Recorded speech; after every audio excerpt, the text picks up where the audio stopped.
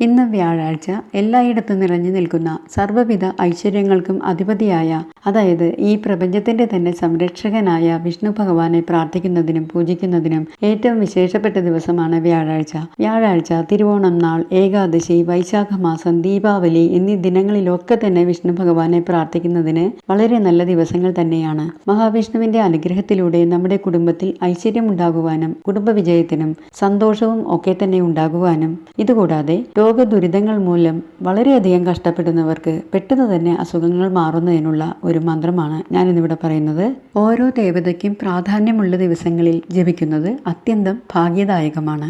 നാമത്രയാസ്ത്രം. രോഗങ്ങൾ വളരെ വേഗത്തിൽ മാറുന്നതിന് ഉത്തമമാണ് ഈ മന്ത്രം. അച്യുതാനന്ദ ഗോവിന്ദ നാമോച്ചാരണ ഭേഷജാത് നശ്യന്തി സകലാരോഗ സത്യം സത്യം വദാമ്യഹം. ഇതാണ് മന്ത്രം.